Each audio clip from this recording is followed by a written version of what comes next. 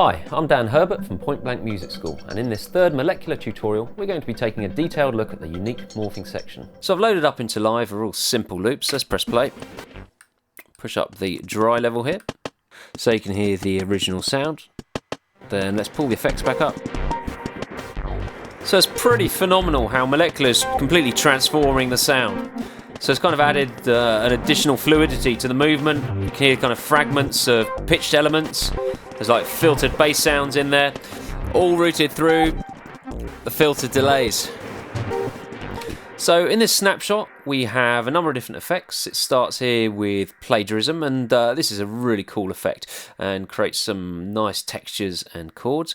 It then routes into dub delay, which is feedback and filter delay. Then if we look up here in the routing section, we can see the signal split between metaverb, which is the reverb within Molekular, and into track osc as well. And track osc is essentially a synthesizer which responds to the incoming audio. Okay, so the dynamics control the pitch and can control the cutoff as well.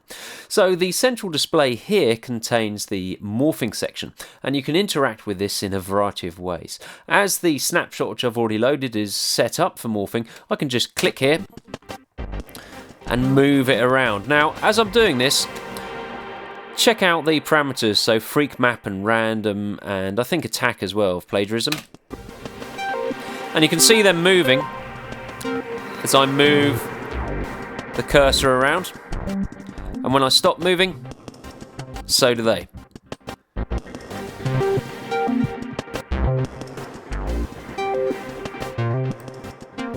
So this morphing section has 5 individual presets. The starting preset, or bass. So I just click on where it says bass. It's got A, and you can see cursor moving up to A, down to B, and you should be able to hear the sound changing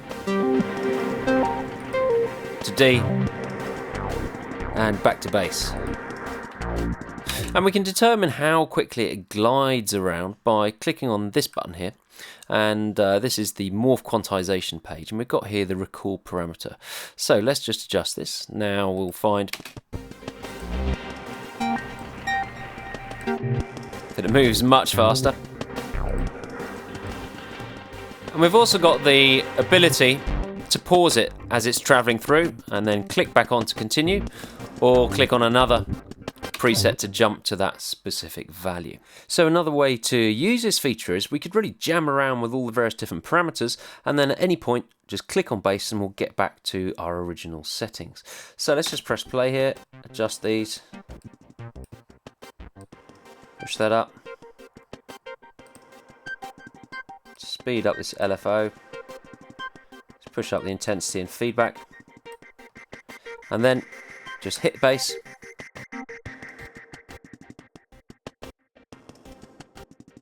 As well as the recall time, we've also got switch timing over here. Now this is kind of quite interesting because essentially it quantizes the parameters as they are recalled. So we've got DSP and mod. So the effects are known as DSP and the modulation section is known as mod. So if I switch this to, let's say, quarter notes, then when I press play, watch the actual parameters as I recall the preset.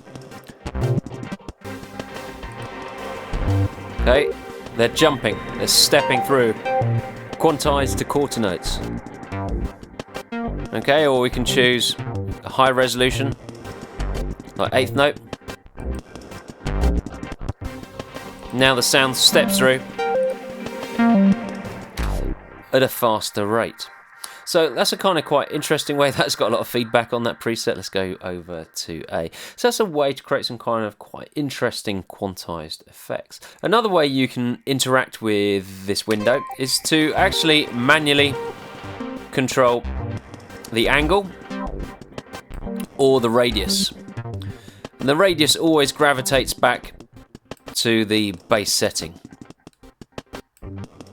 Now, the exciting thing about these parameters is they can all be modulated by any of the modulation sources. So let's set this up. The first step is to click on the motion button, and straight away it's already moving.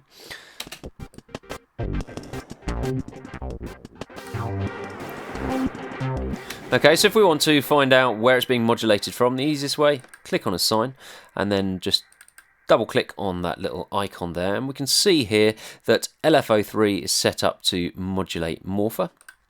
And let's just check radius, double click there. Nothing is assigned to radius at the moment. So LFO3 already here, and to get the cursor to move round 360 degrees, you want to choose a sawtooth. Let's slow it down.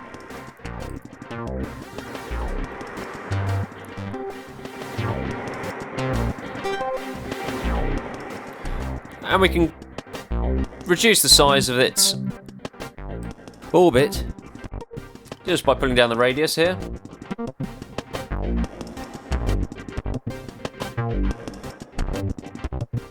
And we can equally assign an LFO, let's assign a bit of noise, to the radius.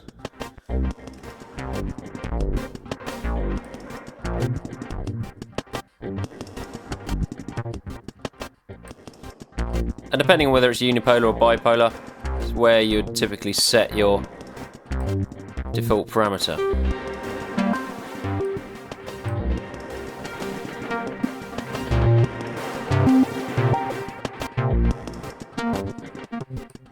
There's obviously some other modulation going on here, but that's one of the interesting things about this morphing section, that we can control different parameters, which in turn control the morpher section itself. You can kind of create a feedback loop in that respect. So let's simplify this right down. What I'm going to do is going to start with an initial patch. On this effect, let's call up dual comb. Push the mix up here so we just hear the wet signal.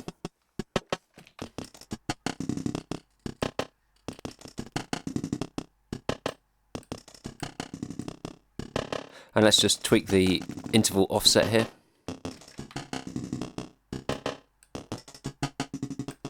Right. Good, so to set up morphing, you need to click on the morpher button here, and that turns round all the various different windows, and we can see on the back the DSPs here. We've got an on and off, and that will enable morphing to take control over the parameters. Similarly, on the LFO section, you can determine that the morpher section will remember parameters there. You've also got control over the macros as well as the pitch and mix section. So let's hit morpher to get back to the front of the screen, and then what I'm going to do to start with is store the base setting. So click on save, click on base, and if you don't do that initially, you'll find you won't be able to store onto the other settings. So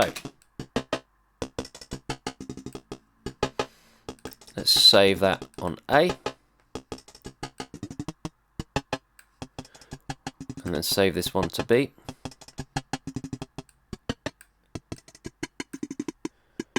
Save this one to C. So again, click to base. You can see the values sliding to whatever preset I set it to. I didn't store a preset at D, but quite cleverly, Molekular makes one up at a halfway point between A and C. Good, so that's how we can store our different presets, and at any point you can overwrite those. In terms of modulating the morpher, let's just use this LFO here, set it to sawtooth, click assign, and turn up the mod amount, and let's get that going around the outside. And then I want to modulate the radius as well, so let's use another LFO, just assign that straight to radius. You can slow it down a bit. Starts to create all these kind of interesting shapes depending on how they sync with the angle. We could also try a random waveform. So obviously the effect on the sound of the morpher will be dictated by the complexity of the presets stored. So now I'm processing the same loop, but as you can hear, it sounds very different. You can use the morphing section to just store additional presets or set it to glide between the different settings, and equally we looked at exploring the infinite possibilities which are created as it morphs between the different presets.